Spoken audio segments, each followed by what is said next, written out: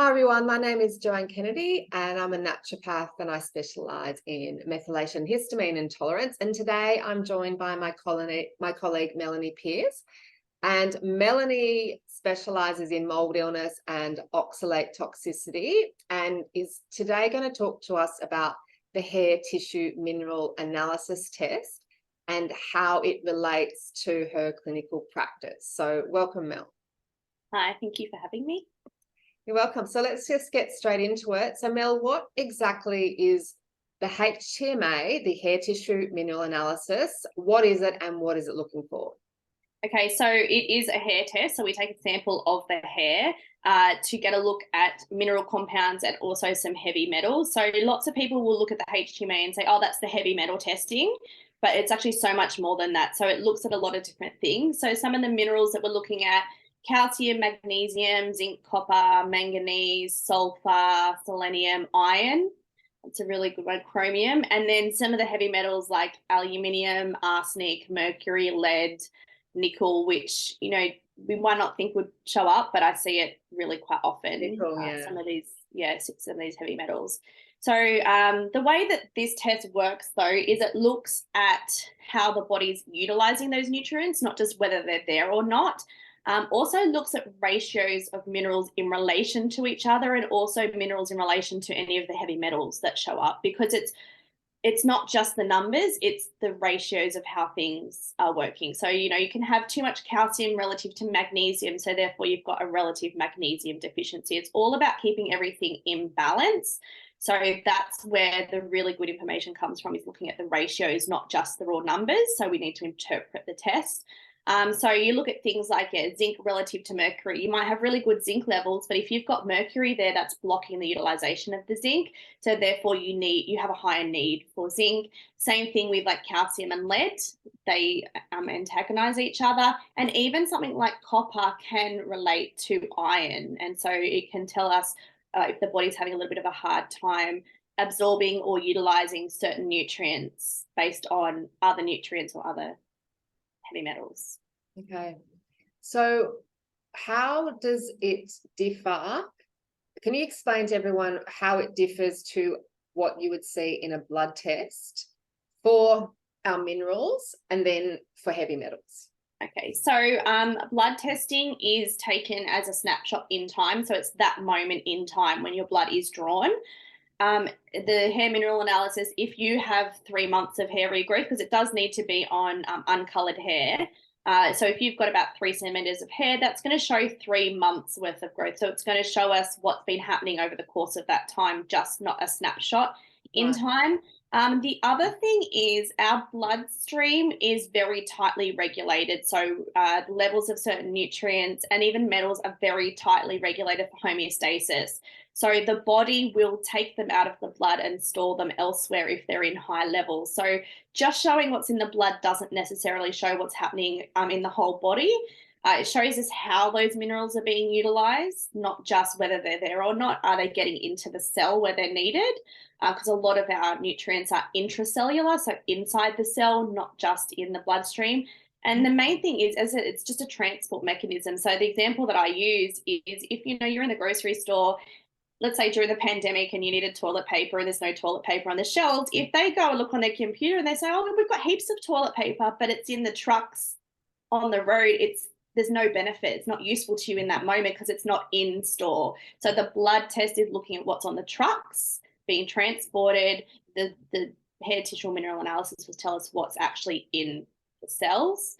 It will show longer term chronic exposure. So if you have an exposure to something like mercury or lead, it quite often won't show in the blood because it's so toxic that those homeostatic measures that I talked about will shunt it out of the blood into like the liver, the brain, any of the organs, to protect the body as a whole, to keep it out of the bloodstream. So you'll only see, you know, lead or mercury levels high in the blood for about 30 days after an acute exposure. Mm-hmm. So if you see mercury in your blood, you have a pretty big mercury problem at that time. You might have like leaching fillings, or you might be eating too much mercury-filled fish or something like that. So generally you won't see it in the blood.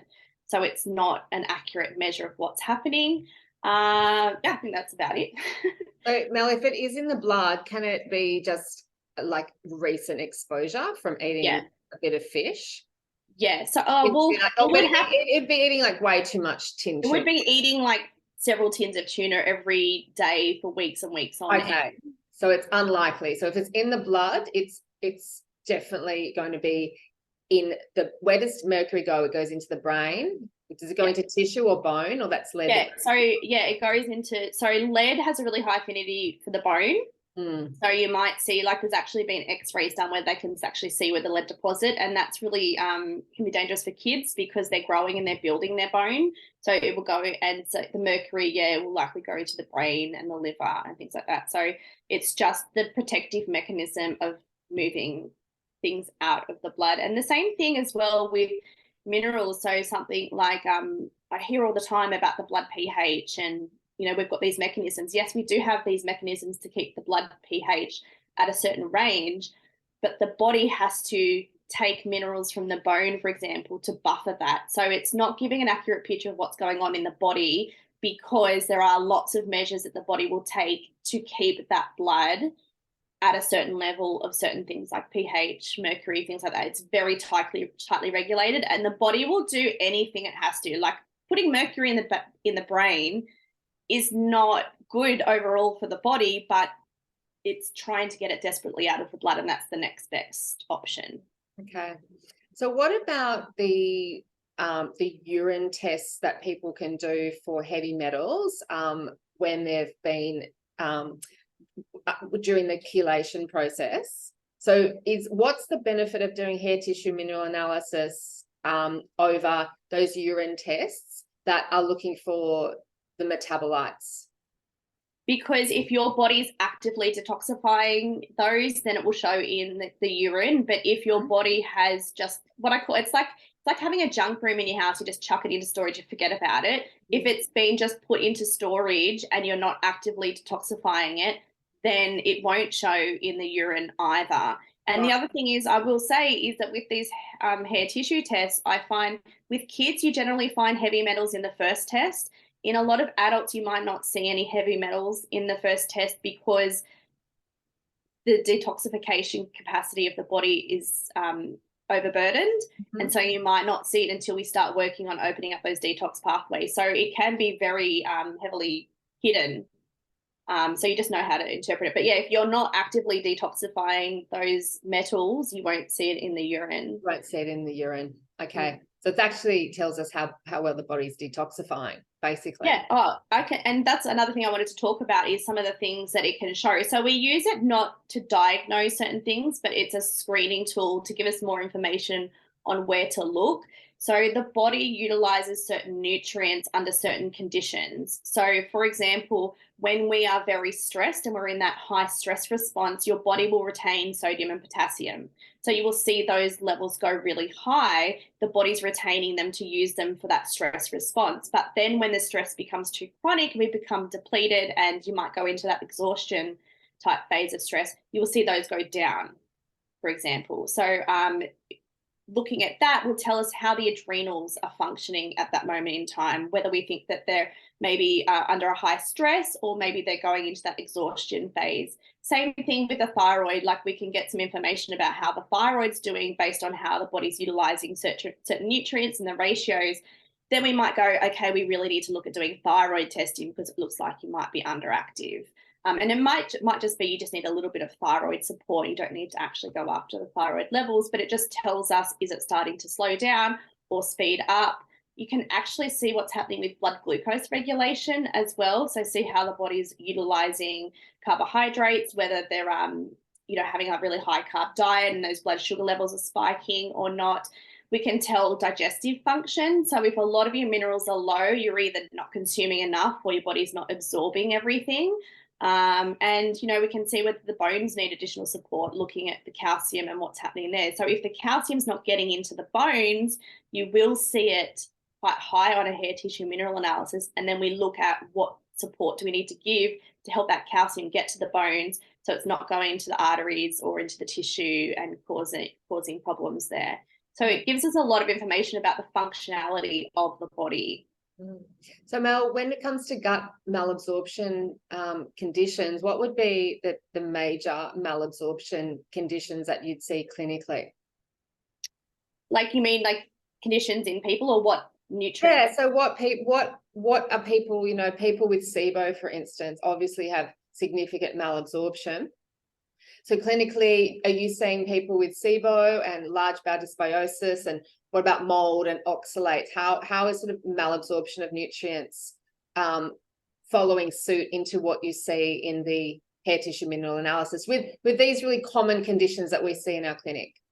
Yeah, absolutely. So that you first of all, you'd see the nutrients low, and then that's when we start looking at the clinical picture. Is it SIBO? Is it low stomach acid? I will say I don't necessarily use this test a lot on mold people, only because there's a lot of we have to prioritize the test. And like this test, I would love to do on absolutely everybody. I could do it on my family. I'm actually getting one done next week. I'm going to go to the hairdresser and get her to cut some of my hair for me. But sometimes we do have to prioritize with things like SIBO and the testing that we do. But I do see, a lot of malabsorption happening, usually low stomach acid, SIBO, and also just not eating enough of what we need. Yeah. Kids, if they're really fussy eaters, you'll see it in that, or adults that are fussy eaters as well. Yeah. Yeah. Interesting. So Mel, how exactly, you were mentioning iron deficiency before, and the blood panel testing for iron is a very popular test that will be run from the doctors all the time. Mm-hmm. And I do find that the ferritin levels are always interesting to look at, the storage of iron. But what can HTMA tell us about iron deficiency that a blood test can't?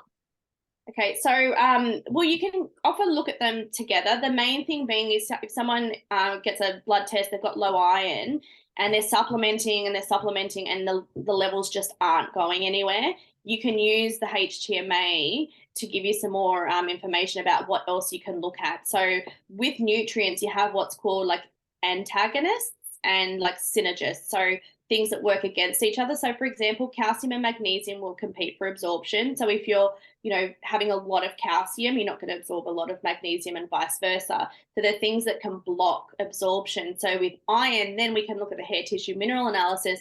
We can look at their calcium levels, their copper levels, their zinc levels, mercury, lead, and aluminium all can play a factor in how the body's able to absorb and utilize and retain iron. So that would be another step. If your iron levels just aren't going anywhere, you fix the gut and the absorption and they're still not going anywhere, look at where these other things can kind of be a block. And then you can look at the helpful nutrients and see whether they're a little bit low, and you might need to supplement with those nutrients to support iron absorption with things like selenium, manganese, sodium, and potassium. Yeah. So it's just more about helping the absorption happen if it's not happening with supplementation, and you've done everything else. The menstrual bleeding's not excessive, the absorption's happening and it's still not moving. That would be the next step. So you do the obvious stuff, and this then is kind of like the backup if you're still not getting where you need to go. Yeah.